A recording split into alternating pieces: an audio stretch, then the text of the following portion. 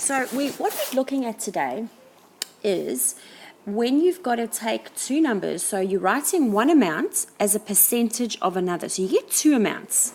So let's look at this first example. So say we've got 23 and we've got 40. And we want you to write the first amount as a percentage of the second. So your first amount there as a percentage of the second. So what it means is you make it into a fraction. So your first amount will be your 23, and your second amount is your denominator at 40. And then you're timesing it by 100 over 1 because you want to get it to a percentage. Okay? So, first of all, your first number you put as your numerator, your second number you put as your denominator, and you multiply it by 100 over 1. Then it goes back to how we cross multiply. So we look and we say to ourselves, can we make it any smaller, 23 and 40? Can we simplify it any further? No, we can't. Can we simplify 101 any further? No, we can't. We look over here. Can we simplify 23 and 1 any further? Nah.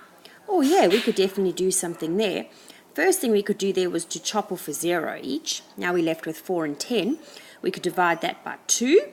So that will give us 2, and we divide that by 2, and that will give us 5. So we've made it smaller. We then cross multiply. 23 times 5 will give you 115. And then we go 2 times 1 will give us 2. And then of course we've got to, can't leave it like that because it's improper. So how many times does 2 go into 115? It goes in 57 times with 1 left over, or you could put 57.5 if you wanted to change it into. And then remember what's important is you put it as a percent. So that would be your answer, either 57.5% or 57.5%. I want to show you another way to do it because there's two. So there's two methods that you can use. So the first one would be to multiply by 100 over 1. The second one would be to convert it to a decimal and then multiply it by 100. So let me show you what I mean with that one. Okay, so with this one, say we're going to look at 23 and 40 again. You do exactly. So how do you change? So first of all, we put it into a fraction. How do you change a decimal, a fraction into a decimal? Well, you go into your calculator and you go 23 divided by 40. And then you'll get an answer that will say 0.575. Now we have to do the same thing. We have to multiply it by 100.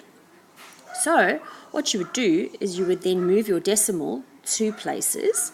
So you'd go once, twice. Your decimal actually would be there, and your answer would be 57.5%.